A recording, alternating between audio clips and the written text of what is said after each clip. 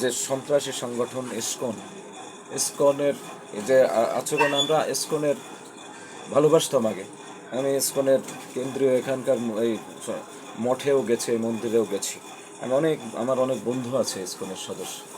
কিন্তু তারা যে এই সম্প্রতি এসে যে কর্মকাণ্ড করেছে, এই বিশেষ করে চট্টগ্রামের আমাদের এই সাইফুল ইসলাম সাহেবকে হত্যা করেছে, শুধু হত্যাই করেনি, তারা এমন হিংস্র এবং সন্ত্রাসী সংগঠনে পরিণত হতে পারে আমি ভাবতে পারি না।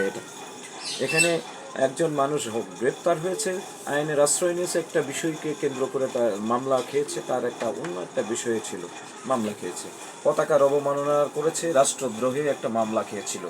সেই এখন দেখা গেল যে সেই সনাতন জাগরণ জোটের মুখপাত্র চিন্ময় কৃষ্ণ দাস ব্রহ্মচারী, একে কারাগারে পাঠানো হয়েছে। এখন কারাগারে পাঠানোর প্রতিবাদী এই হিন্দু সমাজের যে ইসকনের নামে যে হিন্দুদের আমি শ্রদ্ধার সাথে দেখি, কিন্তু তাদের ধর্মকেও আমি শ্রদ্ধা করি, কিন্তু তাদের যে এই সন্ত্রাসী কর্মকাণ্ড, তাদের যে জঙ্গিবাদী কর্মকাণ্ড ইসকনের, এটা সাপোর্ট করা যায় না। এটা নিশ্চিত জঙ্গিবাদী।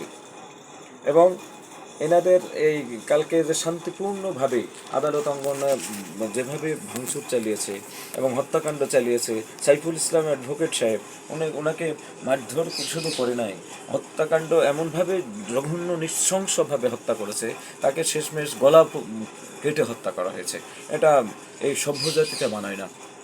তো আমরা তারই প্রতিবাদ করেছি, আমাদের একজন সহকর্মীর আমরা হত্যার প্রতিবাদ করেছি এবং এর বিচার দাবি করেছি, এবং আমরা সরকারের কাছে দাবি করেছি যে এর একটা উপযুক্ত সাজা হোক, এবং যারা এই ঘটনার সাথে জড়িত, যারা এই ঘটনার সাথে অতপ্রতভাবে সরাসরি সম্পৃক্ত, যারা মানে বুদ্ধিদাতা, যারা ইন্ধনদাতা, সকলের আমরা এই আইনের আওতায় আনতে চাই।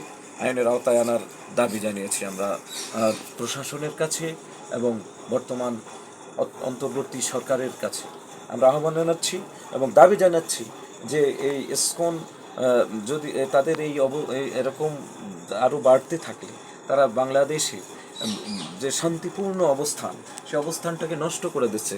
এমনকি হিন্দু ভাই যারা আমাদের সাথে একই সাথে আমরা ওকালতি করি, একই সাথে আমরা খাই, একই সাথে চলি, আজকেও আমি অন্তত 10 জন হিন্দুর সাথে চা খেয়েছি, গল্প করেছি, একসাথে আড্ডা মেরেছি, এটা আমাদের সাথে হৃদয়ের বন্ধু। কিন্তু সবাই তো সন্ত্রাসী নয়।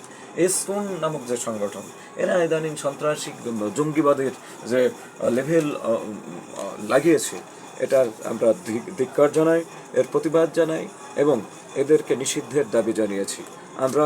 এবং এই বিজ্ঞ আইনজীবী সাইফুল ইসলামের হত্যার সাথে যারা জড়িত, যারা এর ইন্ধন দিয়েছে, যারা সরাসরি একে নৃশংসভাবে হত্যা করেছে, তাদেরকে আমরা বিচার চাই এবং তাদের সর্বোচ্চ আইনের যে শাস্তি আছে সেটা আমরা কামনা করেছি। ধন্যবাদ আপনাদেরকে, ধন্যবাদ সকলকে।